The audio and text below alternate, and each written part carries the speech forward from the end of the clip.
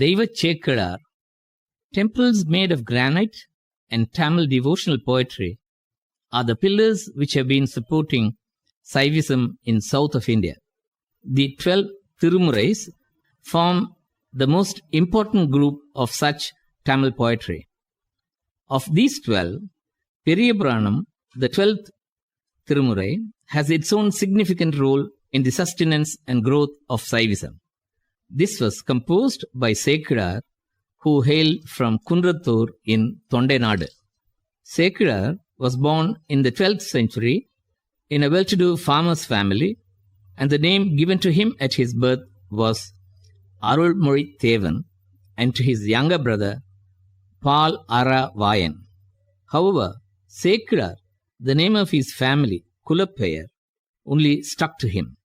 His having hailed from a cultured, pious family and acquired a vast spectrum of knowledge, it is no wonder that he drew the attention of the then Chola king, Kulothunga Solan.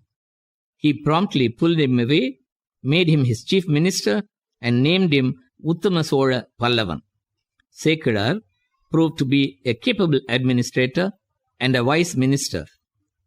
Being a devotee of Shiva, he got attached to the Lord of Tirunakeswaram. Not only did he renovate this temple, he also built one in his own hometown, Kundrathur, and named that temple too as Tirunakeswaram. The kingdom was being administered admirably well. There was no fear of any invasion. Thanks to the fertility of Cholanadu, the people had plenty to live on. With this situation around, and having nothing much to do, the king and his subjects took to merrymaking and entertainments that catered mostly to their 5 senses. The king was obviously enamored by Tiruttakkadevar's Sivaga Sintamani, a Jain epic that gives graphic details of the amorous exploits of Sivagan, the hero. He was slowly becoming an addict to listening to such stories, much to the dislike of the chief minister Sekkilar. Sivakadaigal pala irukka, avakadaigal ketkirare endra varuttam. He was keen to wean him away from this detestable taste. He started narrating to him the tales of Nayanmars in a captivating manner, right from Thillaival Andanar to Tirunilakanda Yalpanar. The king was soon diverted. No, not just diverted, but made to develop a keen interest in those glorious didactic episodes of Nayanmars. His interest soon became so intense that he commissioned Sekkilar to expand Thiruthondathoggai and Thiruvandadi and create a worthy epic elaborating on the countries, places, traditions, names, and services of the Nayanmars for the people at large to read, follow, and benefit by. அவரவர்கள் நாடு, அவர்கள் இருந்த ஊர், வந்து அவதரித்த திருமரபு, திருப்பேர், செய்த சிவசமய திருத்தொண்டு, உடைத்தாய கதை கற்க நிற்க, தப்பில் பெரும் காவியமா விரித்துச் செய்து தருவீர். As opted by the minister, the king sent him to Thillai with all the support facilities that he needed. Sekkilar went to Thillai Ambalavar straight and fell at his feet to bless him with the opening words and obstacle-free completion of the work.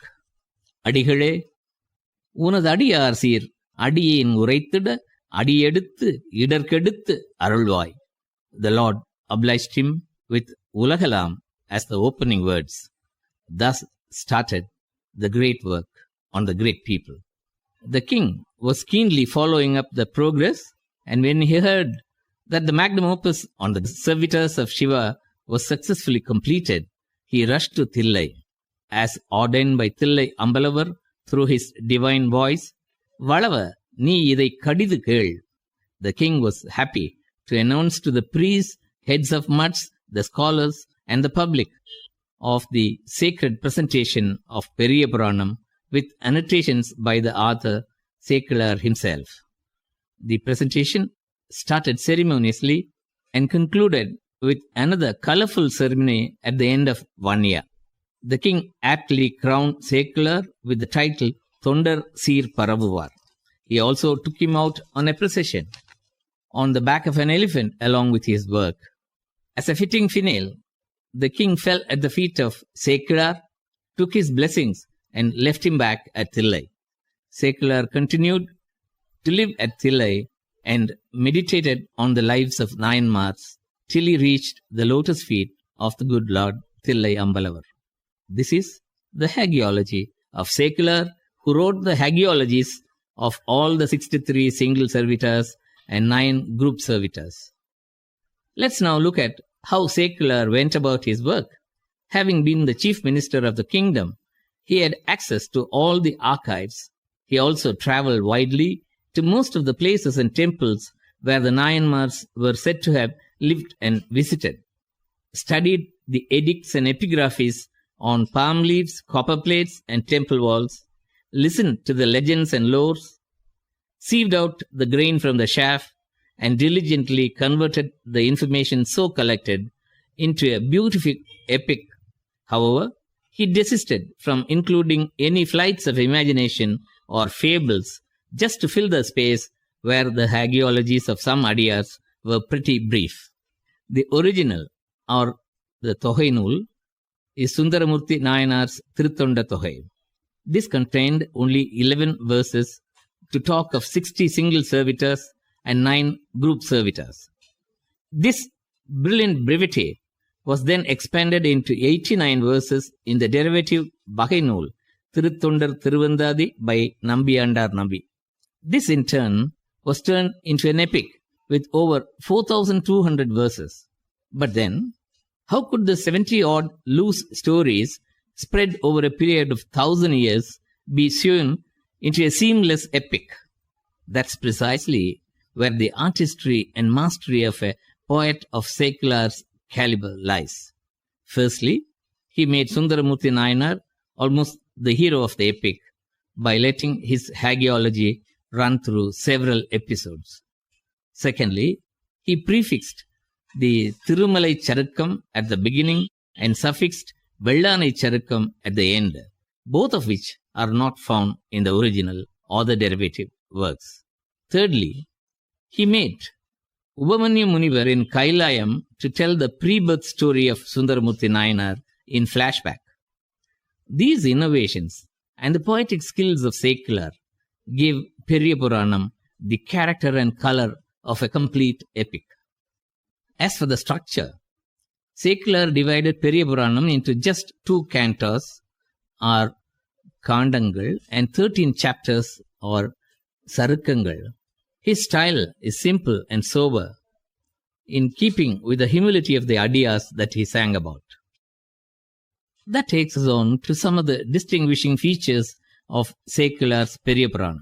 He has fallen in line with the concepts love is God and service to mankind is service to God. Taken Tamil right into the sanctum sanctorum of temples for performing archanas. Popularized the view that worshipping adiyars is equivalent to worshipping Shiva himself. Emphasized the importance of individual character and discipline. Thanimanida Olukkam Tavaramai made his women unhesitatingly argue for their justifiable rights. Introduced even modern revolutionary concepts like Satyagraha, trusteeship of wealth, anti-untouchability, etc. To sum up, Sekular has convincingly shown to the world that even a simple form of devotion, Eliya Bhakti, or service, Siriya Thondu, but persistently done at any cost, is adequate to reach the lotus feet of Lord Shiva. Let us therefore cherish this treasure of ours, Periya Puranam, a document of Hindu religious history, a literary masterpiece, and above all, a great devotional tool. Let us also pay our obeisance to this great poet who has since been deified as Deva Chekula.